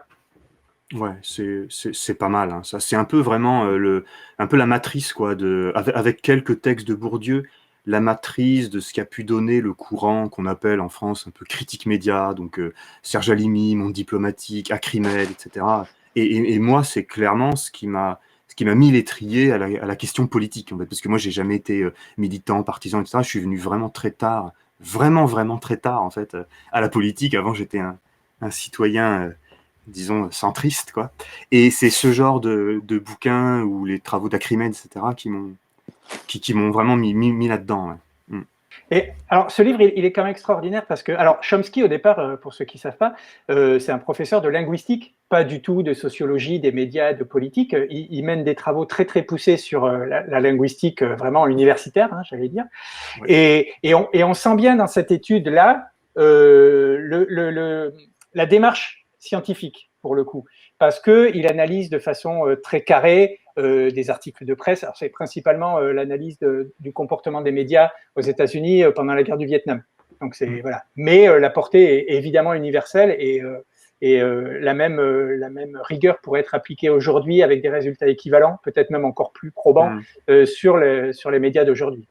Voilà. Parce que voilà, l'intérêt le modèle du bouquin, c'est vraiment une approche, on pourrait dire sociologique, c'est-à-dire de lier ce que les médias disent, ce qu'ils montrent, non pas tant à la question de savoir quels intérêts directs et conscients ils servent, mais en fait, quelles sont les structures professionnelles et économiques que sont des médias. C'est-à-dire qu'il part des médias comme entreprises de presse, comme sociétés qui regroupent des gens qui sont des salariés, il y a des propriétaires, etc. Et la question est de savoir comment ça produit de l'information. Et du coup, quel rapport il y a entre la structure économique d'un média, ainsi que son insertion dans le champ économique, sur le marché, hein, tout simplement, et le rapport entre ça, cette structure économique, et vraiment ce qui est produit en termes d'information ou en termes de communication. Donc c'est une approche, on pourrait dire sociologique. C'est pour ça que c'était important de montrer ce livre aujourd'hui, parce que quand on dit que le média n'est financé que par ses sociaux, ça va très loin dans la réflexion et dans ce que ça implique, et tout aussi en négatif par rapport aux autres médias. C'est pas rien de dire on est indépendant, quoi. C'est vraiment tout à fait, sauf banal, quoi, de dire ça. Alors un autre que j'ai vu dans une interview que tu recommandais, qui est ce livre-là, Petit cours d'autodéfense intellectuelle, de Normand Baillargeon, qui est un universitaire canadien, si je ne m'abuse, je crois. Hein. Tu peux nous en parler aussi? Anarchiste, c'est un militant anarchiste aussi. Aussi. Tout à fait, ouais. Il est c'est un peu son domaine de spécialisation, c'est les pédagogies anarchistes, en fait. Donc c'est Vraiment très intéressant. Et là, il avait pondu ça il y a assez longtemps, ça doit être peut-être dans les années, fin des années 2000 ou quelque chose comme ça. Ça date, ouais. Ouais, c'est pas mal, hein. Il y a plein de choses, donc l'introduction au sophisme, à débusquer les sophismes, et aussi une très grande partie dans ce bouquin, si je me souviens bien, qui est l'application de quelques connaissances mathématiques, statistiques, enfin, quelques rudiments quelques rudiments de probabilité ou de statistiques permettent de déjouer beaucoup de pièges ou d'erreurs, disons, des choses comme ça. Par exemple, la taille d'un échantillon, des choses comme ça, pour réfléchir sur les sondages ou des choses comme ça, c'est absolument nécessaire, quoi. C'est vraiment les rudiments, je pense que ce sont des choses à savoir. Et en complément avec le premier livre, là, c'est vraiment pas mal, parce que là, dans celui-ci, là, Baillargeon, il fait pas vraiment je crois qu'il y a un peu de critique média dedans, mais il s'attaque pas vraiment à la question de la sociologie, c'est-à-dire la manière économique dont est produite de l'information. C'est vraiment plus sur comment débusquer les pièges au sein de l'information. Mais du coup, tout ça est complémentaire. Oui, et du À coup, propos de sociologie, tu te réfères souvent à Bourdieu aussi, et Ouais, notamment à son petit livre sur la télévision. j'aime bien, ouais. Sur la télévision, c'est vraiment sympa. C'est quand même une bonne référence parce que en fait, il y avait deux conférences, je crois que c'est dans les années 94 ou 95, je crois. Il y a sur la télévision et sur le champ journalistique, quelque chose comme ça. Donc c'est pas mal de lire les deux en même temps parce que il fait un truc très très intéressant, Bourdieu, même si c'est pas du tout son domaine de spécialisation, la sociologie des médias, mais il fait quelque chose de très intéressant, Bourdieu, c'est que il s'intéresse à la sociologie des journalistes. C'est-à-dire qu'il va faire une critique des médias, non pas comme Chomsky, non pas tant comme Chomsky, en termes de qui est le propriétaire des entreprises de presse, par exemple, comment ça se passe, ou comment le modèle économique libéral ou le marché fait pression sur les organismes de presse et ça les amène à produire un certain type d'informations. Mais ce qui intéresse Bourdieu, c'est la manière dont est structuré ce qu'il appelle le champ journalistique, c'est-à-dire quelles sont les relations qu'ont les journalistes entre eux, quel type de formation ils reçoivent, comment ils travaillent, et comment ces choses-là, en fait, finissent par produire un certain type d'information. Donc c'est une approche un peu différente, et ça c'est super intéressant, parce que c'est intéressant, même moi qui découvre un peu le journalisme au sein du média, parce que j'y côtoie des journalistes, je trouve ça assez intéressant, quoi, d'avoir ça en complément. Alors, je reviens sur ce livre, ce que tu disais sur son contenu. Si vous n'aimez pas lire des livres, aujourd'hui, il y a des chaînes YouTube qui se spécialisent un petit peu aussi là-dedans. Je sais pas, elles sont connues, hein. Et alors, je vais en citer deux: Hygiène mentale, que tu connais sûrement, je pense, et aussi Defecator, qui lui, alors, il est un petit peu comme toi, mais il va beaucoup plus loin en alliant une esthétique complètement potache à un contenu extrêmement rigoureux. Ça, ouais. Pour le coup. Et donc, ce sont vraiment des chaînes qui se prennent pas au sérieux, mais qui travaillent vraiment très sérieusement. Il y en a d'autres, hein, bien sûr, évidemment. Alors, troisième petit bouquin de Bernard Maris qui s'appelle Les petits principes de la langue de bois économique. Je vais jamais y arriver avec la caméra. Voilà.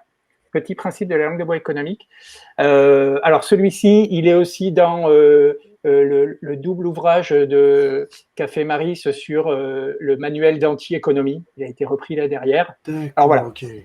Et ça reprend un petit peu, voilà. Alors les arguments. Alors voilà, les arguments de qualité. Pardon, je suis nul. Les arguments de qualité, les arguments d'impuissance, l'argument de l'emploi. Donc finalement, des choses que tu as aussi traitées dans ta chaîne sur Topoy ou sur Langue de Bois, un petit peu voilà, c'est tous ces arguments-là. Voilà, aux éditions Charlie Hebdo. Allez, on est encore toujours dans le même. Alors, c'est pour ça, tout à l'heure, Schopenhauer qui prenait un petit peu l'analyse des sophismes pour avoir raison à tort, j'allais dire, hein, c'est-à-dire pour prendre le dessus dans un débat. Dans le même genre, il y a cet ouvrage aux presses universitaires de Grenoble, qui s'appelle Petit traité de manipulation à l'usage des honnêtes gens, de deux donc universitaires grenoblois qui sont Robert Vincent Joule et Jean-Léon Beauvois. Alors, je crois que celui-là, tu le connais aussi dans une autre édition. Ouais, c'est ça, je crois que je l'ai lu, mais je me souviens plus du tout, en fait. Voilà.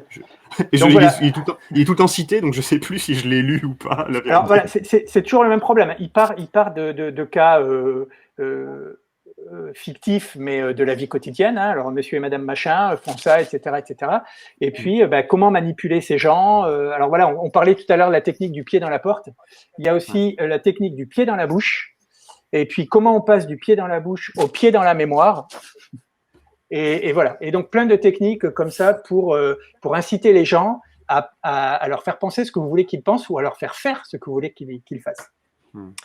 Et alors, un dernier plus récent, parce qu'il est issu d'un YouTuber, qui est d'abord un scientifique à la base, mais qui est aussi YouTuber, c'est Quand est-ce qu'on biaise de Thomas Durand. Thomas Durand, plus connu sous le pseudo de Acermandax, qui gère la chaîne YouTube, son nom m'échappe là tout de suite, La Tronche en biais. La Tronche en biais. Donc, je pense que tu connais aussi, Fabrice. Je ne l'ai pas lu, ouais. Voilà. Donc, bon, ça reprend un petit peu le contenu, c'est assez sympa avec Vlad Tepes, Tapas, qui est son complice, même, j'allais dire. Voilà, ils font les émissions souvent à deux. Et alors, sur ce livre-là, justement, il y a eu un petit clash un tout petit peu, enfin un échange, on va dire, sur le forum des sociaux, où Thomas Durand était décrédibilisé sur 2 points. Le premier, c'est son éditeur, et aussi donc Thomas Durand, qui aurait des accointances, on va dire, impersonnelles avec l'extrême droite ou la fachosphère, mais juste parce que il refuse d'aller sur le terrain politique, en gros. Et lui, il dit non, moi, mon domaine, c'est de vulgariser la méthode scientifique, des façons de penser, etc. Et on lui reproche peut-être son non-engagement politique. Et donc, du coup, même son engagement, pas son militantisme, mais peut-être son engagement. Alors, peut-être qu'on peut demander la question aux philosophes, aux stagirites. Est-ce qu'on peut décrédibiliser comme ça sérieusement une personne juste parce qu'elle n'est pas militante, en fait? C'est un peu compliqué, je suis désolé, il est tard, désolé, vous avez bien fait de rester, les gens. Il faudrait surtout lui demander à lui, si vous voulez. Mais, en deux mots. Ouais, la question, quand même, il faut pas dire que Thomas Durand a des accointances avec la fachosphère. C'est juste que ce qui lui est reproché parfois, et moi-même j'ai tendance à faire cette critique, c'est de croire que, on pourrait dire comme ça, on peut discuter avec tout le monde. C'est-à-dire qu'il y a une sorte de, je sais pas comment on pourrait dire, d'apologie hors sol du débat, et surtout de logique de croyance que la logique de la vérité ou la logique de la connaissance, la logique des arguments s'imposerait d'elle-même. Autrement dit, qu'en allant débattre avec des gens qui sont, pour le coup, vraiment des fascistes, véritablement des fascistes, eh bien, on peut amener, alors il n'est pas naïf, non pas eux-mêmes à devenir, à les ramener vers la rationalité, ou même en discutant avec des complotistes, mais une partie de leur public à essayer de leur faire entendre raison sur les choses, etc. Il y a une autre... je ne sais pas, je constate que ça ne marche pas, ou très peu. En tout cas, ça ne marche pas à des échelles globales qui sont des échelles politiques, quoi. C'est qu'on ne convertit pas des communautés, ça ne marche pas comme ça. Mais ce qui est critiqué, en fait, et ce sur quoi ça se situe, c'est une théorie de la communication, qui, grosso modo, qui dit que, en fait, quand vous acceptez de débattre, ou quand vous acceptez d'être invité dans certains endroits, eh bien ça signifie que vous légitimez, en fait, par votre présence, même si vous êtes un invité dans un lieu qui n'est pas du tout le vôtre, c'est-à-dire que vous ne l'invitez pas chez vous, en fait, eh bien, vous légitimez par votre présence, vous dites, par exemple, on peut discuter avec ces gens-là ne racontent pas n'importe quoi, ou n'ont pas des théories scandaleuses, etc. C'est ça la question. J'ai tendance à me dire, moi, que c'est une question qui s'évalue au cas par cas, quoi, avec les... Oui, c'est ça. Il n'y a pas de règle. Il y a un continuum, ça peut être valide ou accepté jusqu'à un certain point, et puis le curseur se déplace entre le tout et le rien, quoi, peut-être. Oui, ceux qui refusent absolument de discuter et ceux qui veulent absolument essayer de convaincre. Oui, c'est ça. Mais pour moi, la question, c'est surtout un point essentiel pour moi, c'est l'attitude antérieure de l'interlocuteur. C'est-à-dire que si on s'aperçoit qu'on a en face de nous quelqu'un qui passe son temps à dire des bêtises, refuse l'apport de connaissances qu'on peut apporter dans une argumentation, c'est un problème. C'est-à-dire qu'on ne peut pas discuter avec des gens à qui on amène par exemple une statistique, un chiffre, une théorie sociologique, et qui disent ça c'est de la merde, j'écoute pas, quoi. On joue pas aux échecs avec un pigeon, parce qu'un pigeon à un moment ça fout un coup d'aile et ça fout le plateau en l'air. Donc on peut pas discuter avec ces gens-là. Et ça chie sur l'échiquier avant de partir. C'est ça, voilà. Donc et ça dit en plus j'ai gagné le débat, donc c'est pas intéressant, quoi. Donc voilà, c'est ça le genre de débat qui sont autour de ce. Par contre, est-ce que ça invalide le discours lui-même? Parce qu'il y a aussi une différence entre le discours et à qui on adresse ce discours. Est-ce que essayer de discuter avec des gens qui ne sont pas forcément fréquentables et à qui on pourrait se faire reprocher de discuter, est-ce que ça invalide la rigueur du discours? A priori, non. La rigueur du discours de qui? En l'occurrence de Thomas Durand. De celui qui se compromet dans un lieu… Voilà, c'est-à-dire, est-ce que le fait de dire, non, toi, non, je t'écoute pas, je veux pas te lire parce que tu essayes de convaincre des fachos ou des choses comme ça, ou parce que ta maison d'édition n'est pas pure idéologiquement. Il y a un extrait, il y a un extrait dans le chat d'un reproche qui est fait à Thomas Durand justement, que Michel est allé pêcher en direct. Il est permis, alors voilà la teneur, j'ouvre les guillemets, il est permis de s'interroger sur l'impartialité d'un influenceur qui entretient des relations professionnelles avec une maison d'édition sous la coupe de Denis Kessler, l'interface réactionnaire entre le monde des affaires et les milieux scientifiques. Je ferme là le guillemet. D'accord. Là, j'aurais un problème à évaluer la situation puisque je connais pas du tout cette maison d'édition, donc je peux pas vraiment me prononcer. Voilà, c'est un groupe. Ah, on te demande pas de trancher non plus, hein. Oui, non, je connais pas, donc je peux pas. C'est le fait de dire, est-ce que le fait d'être publié chez tel ou tel éditeur invalide automatiquement le contenu du livre, quoi. C'est ça. Ça me paraît un petit peu, moi. A priori, non, limite, sauf si cette maison d'édition est réputée pour publier des choses fausses, quoi. Oui. Alors, pour l'info, le même groupe qui détient cet éditeur contient les éditions PUF. D'accord, ok. Donc, bon, voilà, ça permet de… Ouais. Bon, voilà, si on va par là, on est sur Twitch, les vidéos… Qui appartient à Amazon. Qui appartient, voilà… Ouais, Amazon, Google, les GAFAM. C'est ça, je sais pas, peut-être qu'il y a des bonnes raisons sur ça. Il y a peut-être des bonnes raisons sur cette maison d'édition en particulier, mais j'en sais rien du tout. Là. Alors, mais je voulais en parler parce que c'est important aussi, parce qu'à un moment, on se dit, entre socios engagés, qu'on aura fait le tour des travailleurs du média et qu'il va falloir rentrer sur le fond, trouver d'autres choses à dire et discuter aussi de ce qui se dit sur le forum avec nos invités, ça peut être sympa. Voilà. Serge, tu as un livre? Ah oui, j'avais pas prévu, mais je l'avais sous la main et il se trouve que, alors je sais pas si on voit là, pareil. Il se trouve qu'on en a pas mal parlé. En tout cas, le Stagirite a fait des émissions qui traitent du contenu de ce livre. Donc c'est L'illusion du bloc bourgeois de Bruno Amable et Stefano Palombarini, qui était sorti, qui avait été publié, il me semble, avant l'élection de 2017. Et qui parlait déjà de l'incarnation par Macron de ce fameux bloc bourgeois. Donc. Ouais, c'est ça. Ils ont réussi à modéliser, enfin, ils ont une certaine modélisation de l'évolution des institutions et de l'évolution du champ politique qui permettait de prévoir l'émergence d'un bloc social qu'ils ont appelé le bloc bourgeois. Et bon, à l'époque, ils n'avaient pas encore vu que c'était Macron, mais en effet, ce bloc bourgeois a émergé et c'est Macron qui en a pris la tête. Donc en quelque sorte, ils ont prévu Macron, quoi. Ouais. Ça qui est fort. C'est surtout un très bon livre, en tout cas une très bonne modélisation pour comprendre ce qui se passe et comprendre la reconfiguration qui se passe là pour 2022. Qu'est-ce qui se passe, les glissements à droite de Macron, qu'est-ce qui se passe à gauche autour du Parti Socialiste, etc. Donc, moi j'aime beaucoup. Hein. C'est très éclairant, je trouve. Ouais. Ce serait mon conseil aussi, si j'avais un conseil à donner. Mais le bouquin est un peu difficile. Par contre, c'est vrai qu'il y a des différences de difficulté entre les livres. Et, je pense pas que ce soit leur bouquin le plus difficile, mais ouais, je pense qu'il faut s'accrocher un petit peu pour le lire.